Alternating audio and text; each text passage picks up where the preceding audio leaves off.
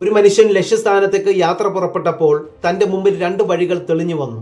ഒന്നാമത്തെ വഴിയിൽ ദിശാ ബോർഡുകളും വിളക്കുകളും ഉണ്ടായിരുന്നെങ്കിലും ആ വഴി കുഴികൾ നിറഞ്ഞതായിരുന്നു.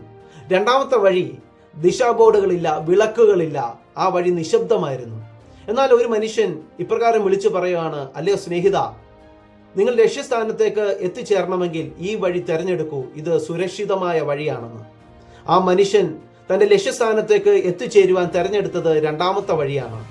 താൻ വാക്കുകളെയല്ല വിശ്വസിച്ചത്, ആ വഴികാട്ടിയെ അവൻ വിശ്വസിക്കുവാനിടയായി.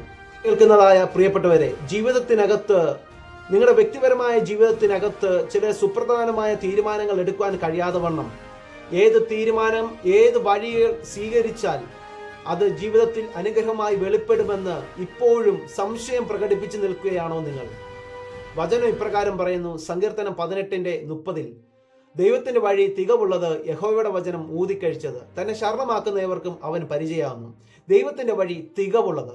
ദൈവസന്നിധിയിലേക്ക് നിന്റെ ഈ വിഷയം ഫലമേൽപ്പിക്കുവാൻ നീ തയ്യാറാണെങ്കിൽ അവന്റെ വഴി തികവുള്ളതാണെന്ന് വചനം പറയുന്നു.